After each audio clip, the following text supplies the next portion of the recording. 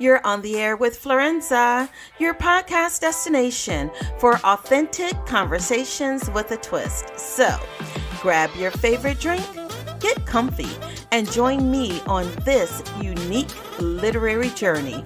Cheers! During this episode, we're joined by screenwriting coach and author Marilyn Horowitz to dive into her sizzling new novel, Bad Girl Pie. We'll talk about how she stirs together humor, danger, and desire into a story that's equal parts savory and scandalous. One bite and you're hooked. Please put your hands together and welcome Marilyn to the show.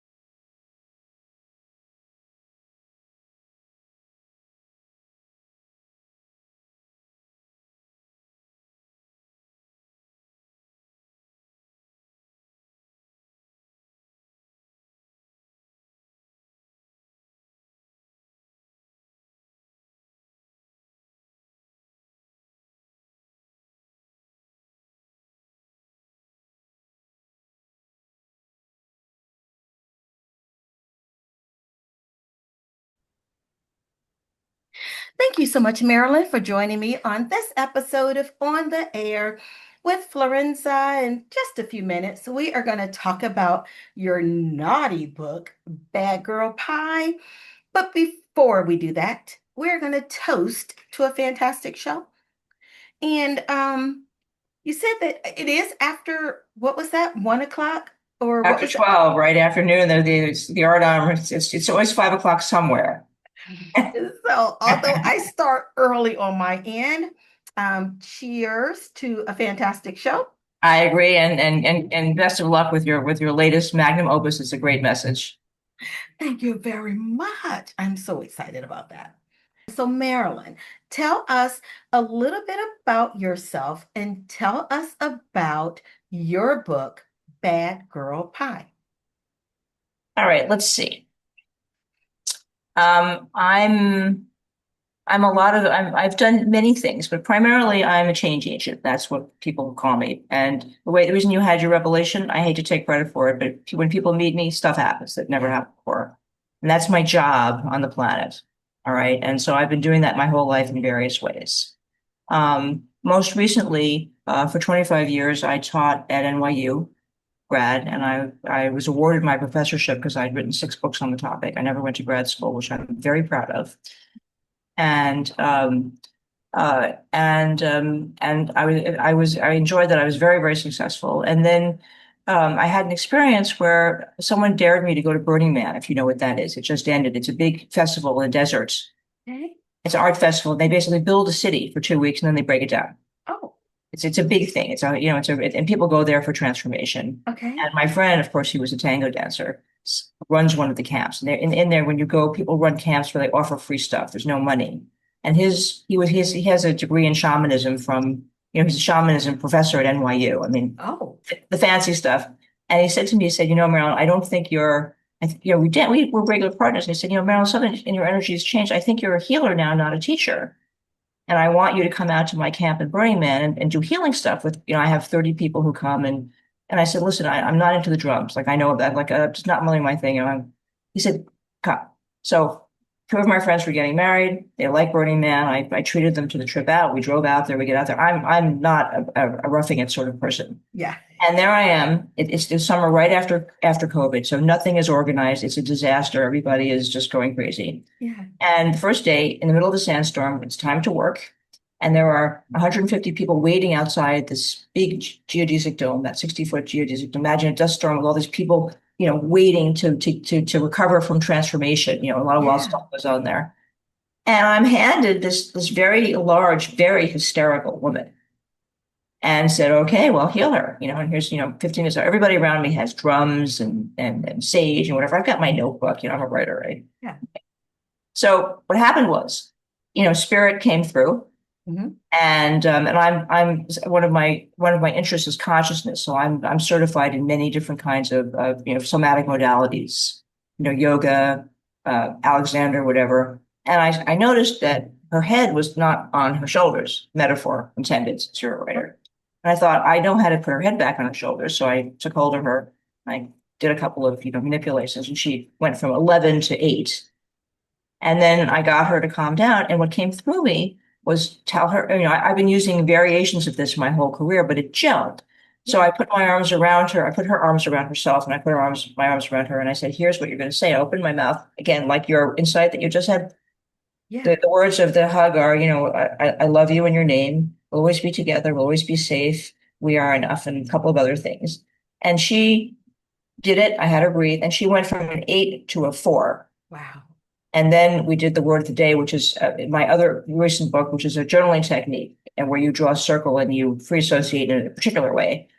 And we did that, and we realized that the issue was betrayal. That was her word. And we figured out that the reason that she was tolerating it was because it had happened in her family, and she completely forgot about it. And she was in a situation where she was stuck in the desert for 2 weeks with her best friend and her boyfriend who were sleeping together. She just found that out. Horrible. And somehow after she did this practice, she just got up and she said, you know what? Fine, thank you. She took off. She was wearing a necklace. I have it somewhere, a little quartz thing, gave it to me, left. I saw her a week later at a party. She goes, I kicked them out. I'm happy. Thank you. And Barnaby was standing next to me and he goes, you see, I told you so. Yeah. And so then, I wrote the book and Collective Ink found it, John Hunt found it, and they said, we think it's the next Julia Cameron, which I think was exaggerating. But it's a very good journaling technique. And it sort of expanded from there. And then during the pandemic, I catching up to that before, I had a very fortunate experience during the pandemic. I was blessed. And I felt that I wanted to share because everybody was so confused. Yeah. And my whole writing system is based on the idea that premises, like a message in your story, which I love, is that we are all hardwired for story. Yes. But what we don't understand is that the different parts of our psyche don't necessarily speak the language. Mm. And that this word technique combined with sort of the image, remember, it's all brain science, and the hug create this portal that allows you to get very deeply into your collective unconscious while you're awake. Yes. Which I'm happy to show you at another time, another episode or whatever. But anyway, so that's the answer to your question. So I became that person, and right now I have, I think, 17,000 TikTok followers, 5,000 LinkedIn followers, and we want to. The idea is to get a lot of people to do this every day, because once you do it, yes, you connect with yourself. You can't hurt other people. You stop beating other people up. You stop beating yourself up. And so that's kind of the trajectory I've been on. In the middle, in the meantime, I've written this book. I've written some other books. I'm about to write a new book. And so, that's what I can tell you about myself. I'm like a TV set with a lot of channels. Love it. Now, I am a firm believer that messages that are brought to us are rarely new. It's always confirmation. When the thought or the word came to you that, Marilyn, you're a healer, had you been grappling with that thought prior, or were there, now looking back, undertones that were leading you to that, and you were resistant to just the title, not yet ready to step into that role until you were thrust into it? Or talk to me about that. Oh, great. You asked the best questions. I'm telling you. It's fantastic. The answer was is that one of the reasons that I have always been successful is that my background is that I come from two generations of movie business lawyers. Ooh, ooh. And yes, and my grandmother was a lawyer, my mother's a lawyer. And my both my father and my grandfather were general counsel for Columbia Pictures. So I grew up in that world, and I had a very clear idea of the relationship between business and arts. Mm, And in my world, when I was growing up, actors and directors were the help. They were the hired help. There's no star. It was the opposite because I was on the business side. yeah. And so I had a very unique opportunity to see, the mechanics. And so at a certain point, I won a contest. I wrote a book. I won a contest. I won the contest. I won was a coaching session. It was a coaching series with a very successful writer's coach who then got pregnant and asked me to take over her class at the School of Visual Arts. This is a good story. And I was like, I almost got kicked out of NYU because my professor and I had such a fight about the movie I directed. Back then there weren't a lot of women doing this. Right. Not knowing that you were birthed into that I, world. I may have been, but I had a really bad attitude about art. And I was like, look, Mm. this is a college where the animals are running the zoo. My father's Uh-huh. paying for the movie. I'm doing it my way. I mean, this Uh-huh. this is me as an obnoxious 18-year-old. Uh-huh. But I spoke the truth. So anyway, I've always had a very, very profound belief that people need to be championed, including myself, to express themselves fully. Yes. So by the time I got to SVA, I was teaching the master class, which was all guys. Luckily for them, my favorite movie at that time, of course, was Star Wars. I'm basically a techie nerd. Uh-huh. And I thought it was the new Bible. So it was great. But then somehow all of everybody found out that I did what I had no idea that I could do. And people started hiring me to read their material and organize it for them and show that not to do it for them, not like a Yeah. ghostwriter, but to say, look, here's the thing that you keep doing over and over. Stop doing it. Here, do this instead. Yeah. And within a year, I had a full practice, and teaching became my hobby. I mean, to answer your questions, I don't know. I was chosen to do this work Yeah. to help people, become their best selves. Yeah. Tell the And truth. and I love that you called yourself a change agent. That's a term that I've been associated with, and friends call me stretch marks. They say they'll come to me with a vision, and by the time that they leave, it's been stretched so wide that I they love it. feel like they can go and do anything. And it's just all based on them and seeing that gift inside of them through different lenses. And that's a beautiful thing. Just conversing with you right now as someone who fully understands I what do. you're saying. That is Yes. Yeah, awesome. I know you do. We're definitely like-minded people. Yes. So let's talk about Dorothy.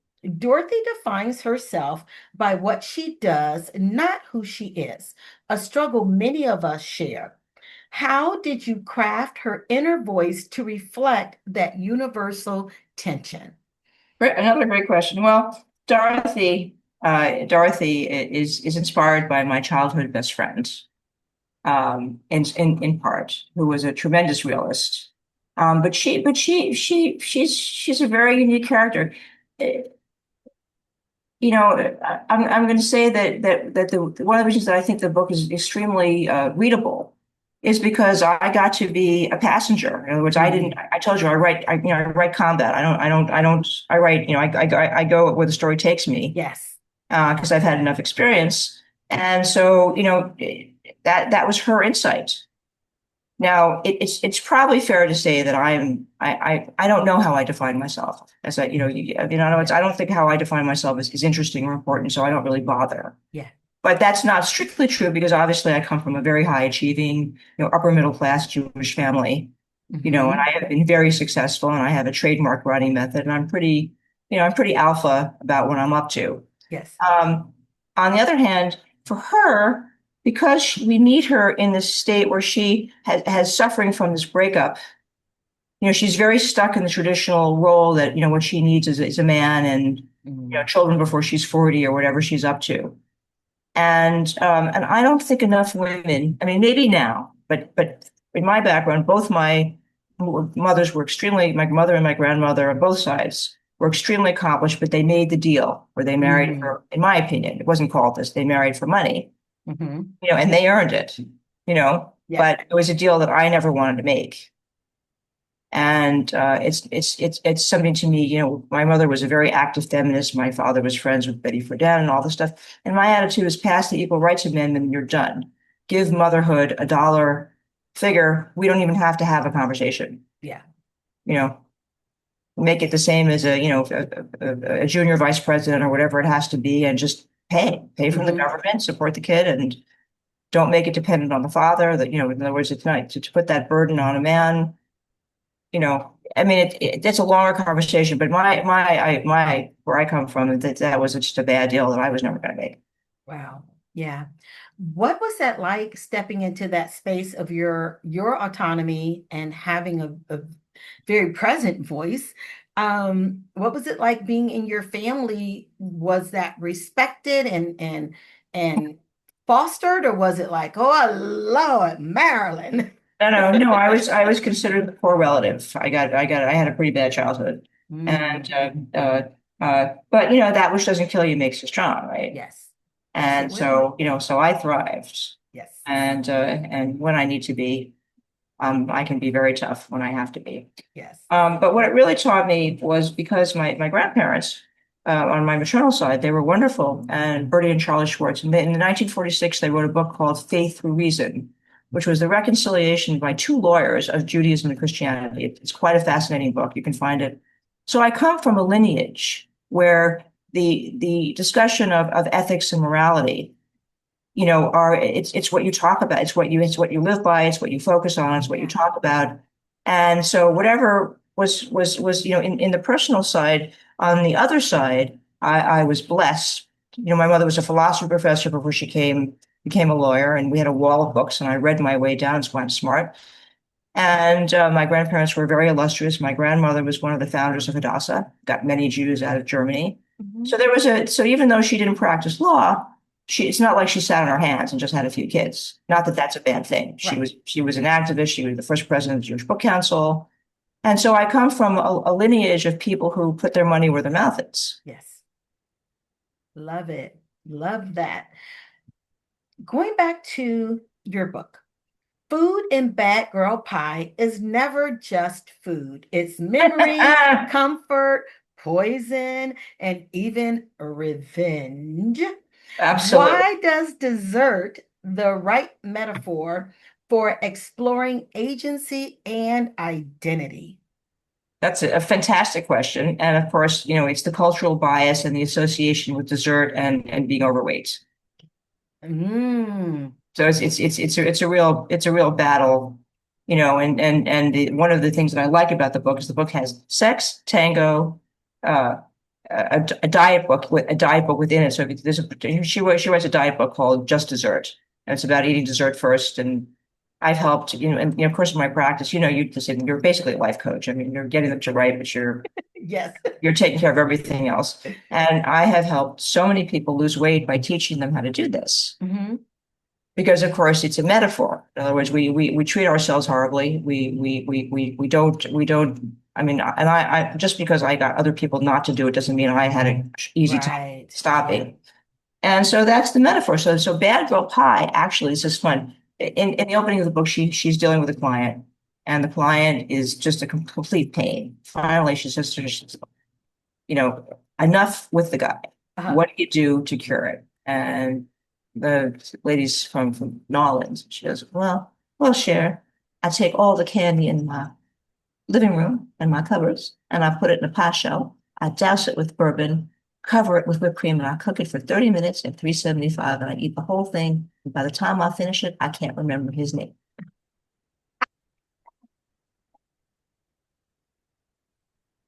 Love it.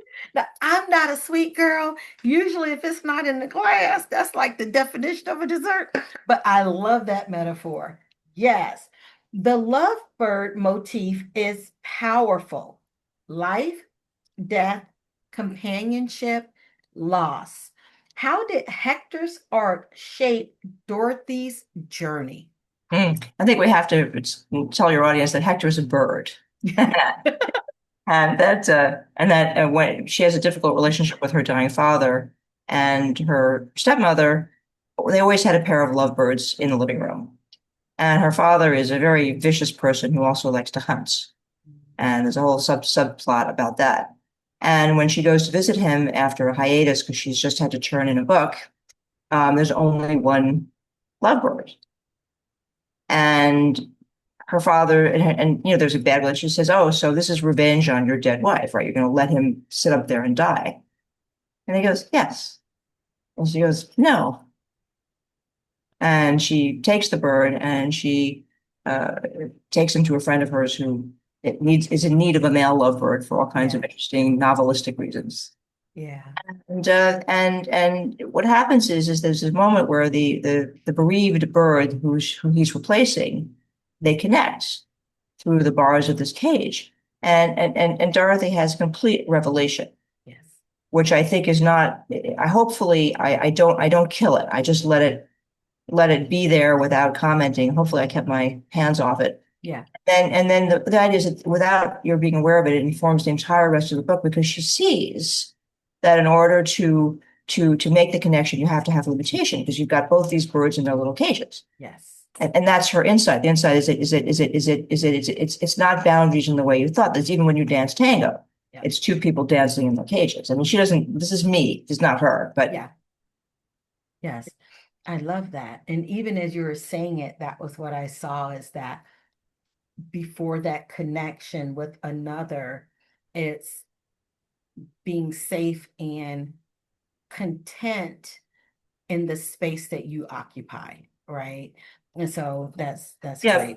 But I'm going to point out that part of who she is that it's a bittersweet safety because they are in cages, as are we. They are. Yes. It's bittersweet. Yes, absolutely. Dorothy's father, we were just speaking of him, is one of the most chilling figures in the novel. Abusive, we just discussed, petty, yet oddly charismatic. What did you want readers to wrestle with in his portrayal? Well, I don't really, I mean, again, with the best will in the world, I don't really work that way. I mean, Right. I'm not I'm not a message person per se, right? Mm-hmm. The experience that I wanted people to have, which is more what I was up to, Yeah. is that sometimes you have to accept that people who are your parents and stuff like that are truly horrible. I'm all about truth. I'm all about saying, you know what? You were a terrible parent, but I still love you. I mean, Mhm. that's kind of, I think that is what sets you free is it's not forgiveness. People think forgiveness is everything. I don't understand what forgiveness means. I think acknowledgement is forgiveness. Yes. I concur, sister. Amen. Yes. And that's a big thing that people need to think about a lot more. Yes. So in the book, I don't know. I didn't do anything. I just showed up. You're the conduit. They I just am. spoke through you. I mean, Yes. I mean, in other words, it's like what happened with you before we got on. It's not that you're sitting there like Seth and channeling it. You're not receiving the words, but this part of you. This is what the self-acknowledgement hug and the word of the day is about. Is at will that part of you opens, Yes. and boom, a beam of light comes somewhere, if that's a good metaphor, and then suddenly you're there and oh, I'll do this, I'll do this. Yep. So, I mean, right. I mean, when the rifle had her initials on it, I was like, really? Yeah. Yes, absolutely. Before you knew that you were a writer and you would hear the voices of these characters speak, was there a time that you just looked around and thought, what in the world is going on? No, I was very, very conscious very early. Okay. And I did not like what I saw. Mm. And I did not have a very good appreciation of how things go. So much so that I was born left foot first. I turned around on the way down and I was like, even my fetus was going, you know what? This is stupid. No way am I coming out head first. Turned it around. I did in such a way they couldn't stop it. And I've been that way ever since. Wow. Now that's a book in itself. Perhaps, but it's a good story over cocktails. And, I don't need to ever worry if someone ever asks me on a second date after that story, then I know they probably should be taken seriously. But Love it. it's a true story. And so by the time before I was even conscious, I mean, somehow, apparently I memorized The Raven by Poe when I couldn't read. And I could quote it I mean, we don't know how these things, but I was always, by the time I was 5, I'd written my first play. So there was never, I never, it took me many years and many disciplines to understand that everything is a story. And I studied neuroscience, and we are hardwired for story. And we don't understand. It's very, that my question is, how do you experience without having to have a story? That's Exactly. Yes. That is powerful. Margarita's help, by the way. Yes. Love it. I'm looking at my questions. The novel often blurs the line between reality and imagination. Dreams, inner voices, and method writing collide. We talked about the method writing. How do you balance real elements with grounded storytelling? I think that the answer to that is because I have the background I have, and I've read so much philosophy. I've studied so many disciplines, and I am ultimately a writer, and I've studied my craft. Yeah. Hopefully I made it so it was seamless, that the reader has the same experience that she does without any, no stretch marks, just having a sense, because we all do it. I think you're the same way. When you work with people, you're able to just mirror them without judgment. And so Yes. they get to be seen in a way that other people don't let them be seen. I think you're very special in that way. Yes. And I have the same gift. So we share it. And the idea is that ability to be seen is part of Dorothy's gift. That's part of the reason she deserves to win. Mm-hmm. Because she has made, in my opinion, she's been willing to do whatever's necessary to actually be real, which is not true of many people, as you know. Yeah. Last question for this segment. And I have two, so I'm looking over the two. I'm going to go. We can do 2 shorties. I can actually do sound bites, even though I'm talking. Okay. Now, at its core, Bad Girl Pie asks, can we rewrite our own story after a lifetime of being ghostwritten by others? What answer did you discover while writing it? Well, I went into knowing it was possible because that's what I do for a living. Yes. Right. And the idea is you change one story, everything else changes. So I went in being aware of it, but I had no idea how it would occur.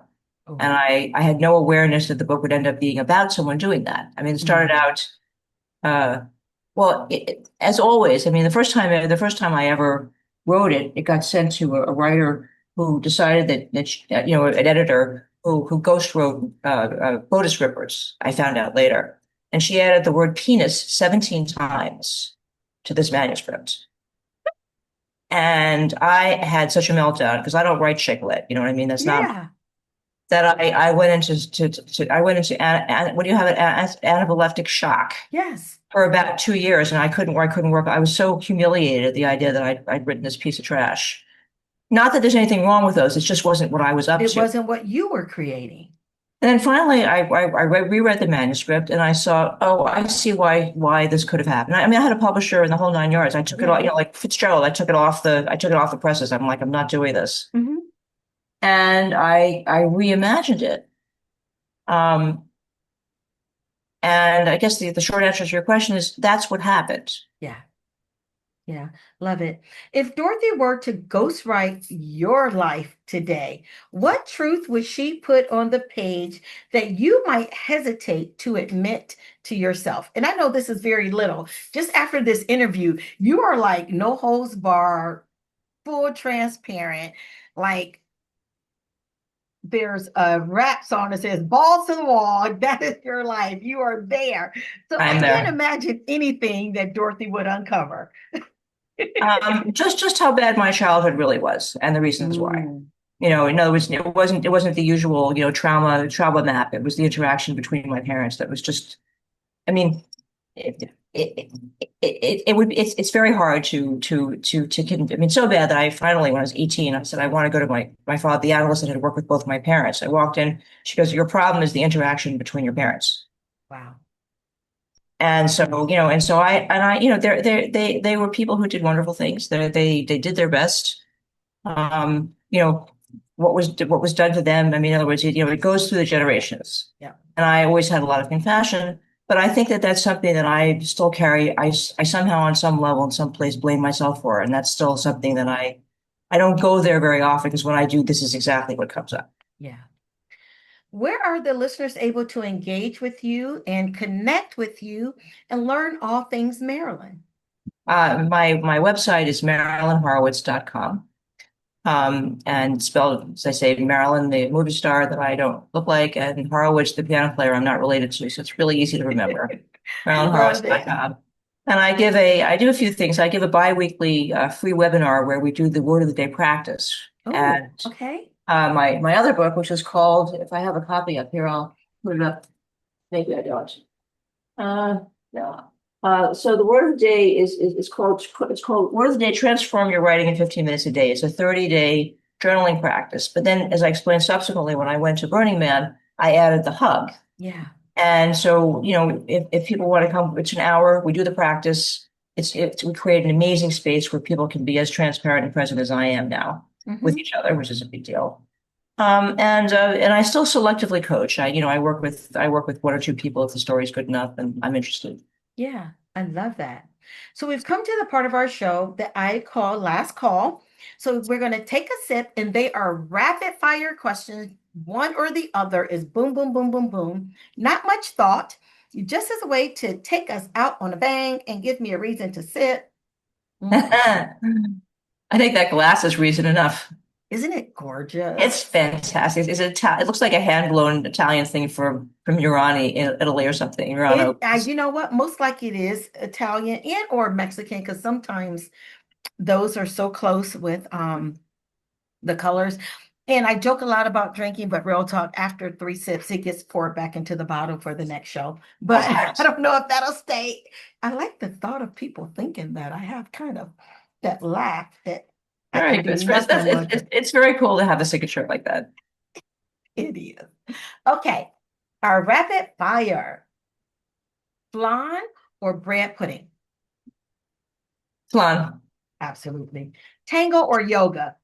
Duh. Tango. Or toga. You can put them both together. Toga. Right at dawn or right past midnight? Past midnight. Yeah. Villains you can't stand or villains you secretly root for? Oh, can't stand. Yeah. Yeah. Just the worse the better. Yes. One word to describe bad girl pie.